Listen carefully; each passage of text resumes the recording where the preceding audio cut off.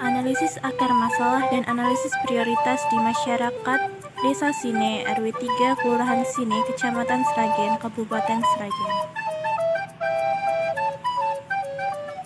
Prioritas tema yang saya pilih yaitu terkait kesehatan, pendidikan, dan sosial keagamaan. Yang pertama, kesehatan. Kesehatan merupakan bagian terpenting dalam kehidupan, terlebih lagi di era pandemi COVID-19 ini. Kesehatan, ketahanan, dan kesadaran masyarakat di era new normal ini sangatlah diperlukan untuk mencegah penyebaran virus COVID-19.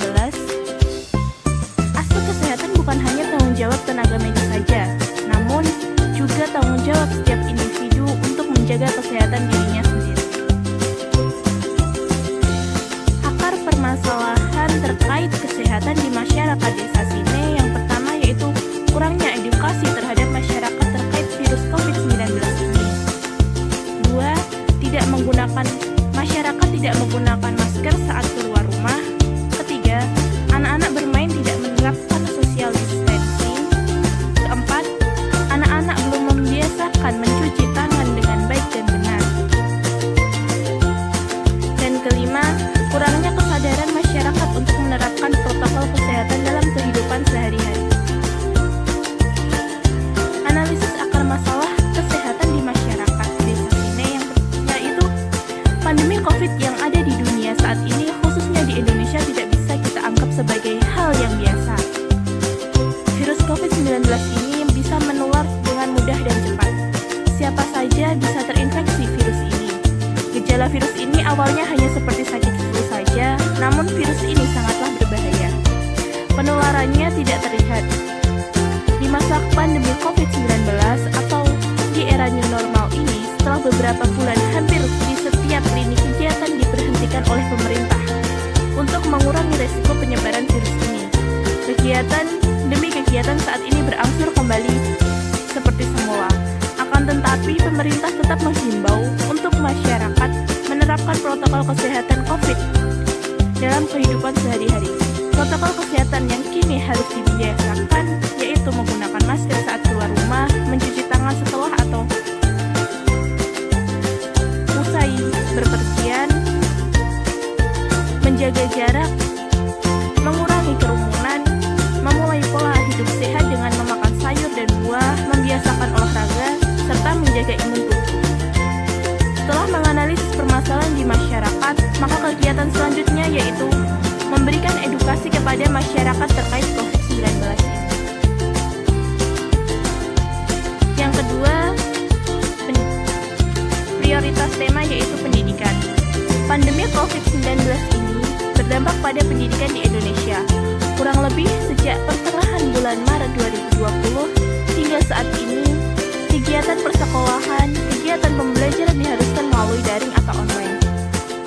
Siap tidak siap, mau tidak mau, semua kini harus mulai terbiasa dengan adanya pembelajaran jarak jauh. Pembelajaran jarak jauh atau daring ini memiliki dampak positif dan dampak negatif tersendiri.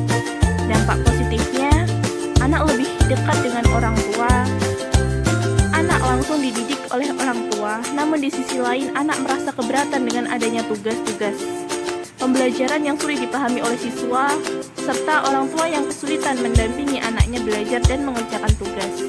Biaya pembelajaran daring pun untuk membeli kuota, dan lain sebagainya.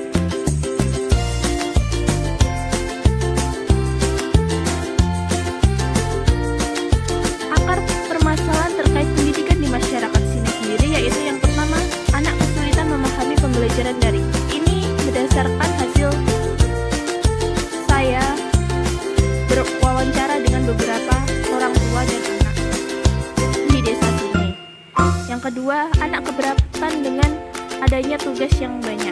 Di sini saya mendapatkan keluh dan kesah dari anak-anak di desa sini bahwasanya tugas yang diberikan itu banyak serta dalam tempo waktu yang singkat dalam pengerjaannya. Yang ketiga, anak lebih sering bermain daripada belajar.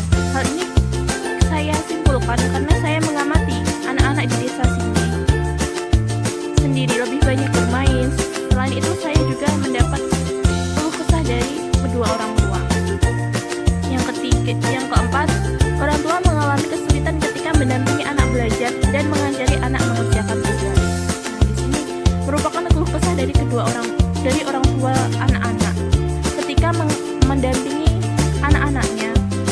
belajar daring dan mengerjakan tugas-tugas.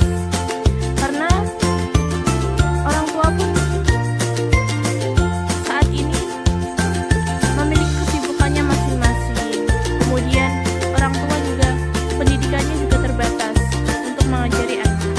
Kemudian anak mengalami kebosanan belajar dan tidak semangat belajar. Hal ini diceritakan oleh Ibu Untari, di mana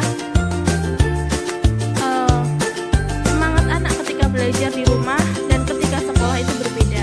Ketika anak belajar di sekolah, anak akan termotivasi ketika melihat temannya. Akan tetapi ketika di rumah, anak lebih santai, anak lebih bermalas-malasan, anak lebih bosan di rumah terus untuk belajar.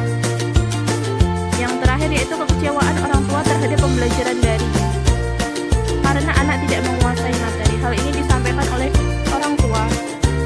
orang tua di desa sini, bahwasanya setelah ujian tengah semester kemarin yang dilaksanakan secara daring, di mana melihat prosesnya, di mana anak mengerjakan ujian dengan cara membuka buku, dengan cara mencari googling, searching,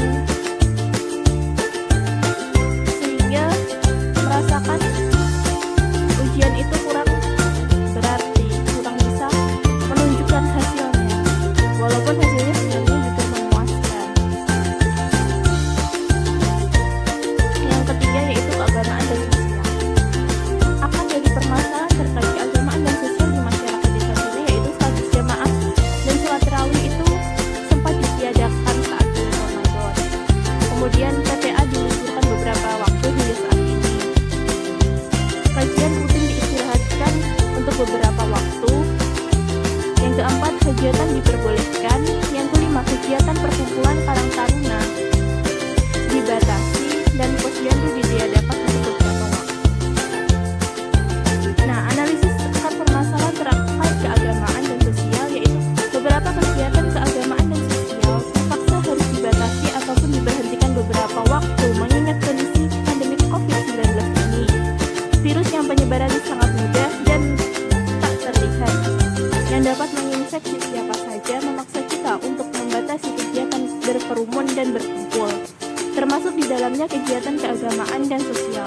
Melihat dari akar permasalahan dan kondisi di desa sini sendiri, di mana agama dan sosial menjadi bagian, di mana agama menjadi bagian penting dalam segi kehidupan masyarakat sini.